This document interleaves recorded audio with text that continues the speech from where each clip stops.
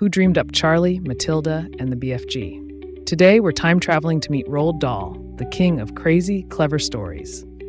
Roald was born in 1916 in Wales, in a town called Llandaff.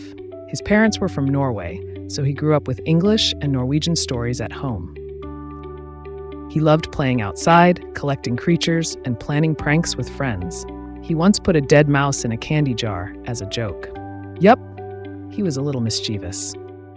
At boarding school, Roald met strict teachers and harsh rules, but something amazing happened there too. A chocolate company sent test candies for the boys to try.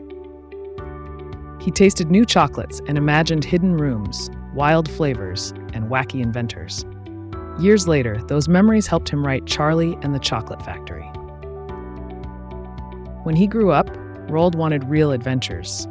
He traveled to Africa for work, where he saw wild animals and totally new places. His life was starting to feel like a storybook. During World War II, he became a fighter pilot in the Royal Air Force. He flew dangerous missions and even survived a terrible plane crash. It was scary, but he was brave. After his crash, Roald had to rest and heal.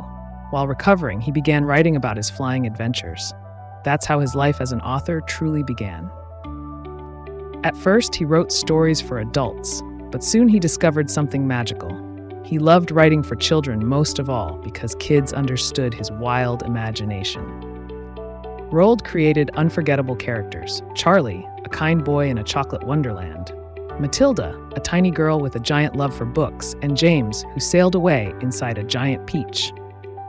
He also wrote the BFG, the big friendly giant, a gentle giant who catches dreams instead of people.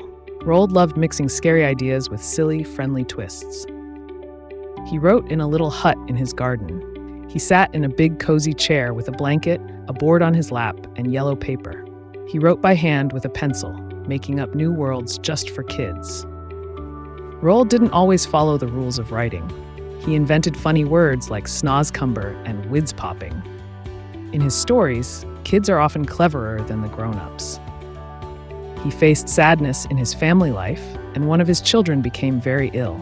He helped doctors design a medical tube called a shunt to help sick children. Roald Dahl's books have been translated into many languages and turned into movies and plays. Every year, on his birthday, September 13th, people celebrate by dressing up as his characters.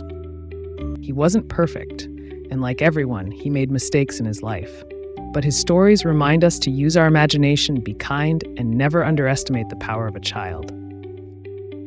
Thanks for time traveling with us to visit Roald Dahl's World of Wonders. Which Roald Dahl character is your favorite? Tell us in the comments.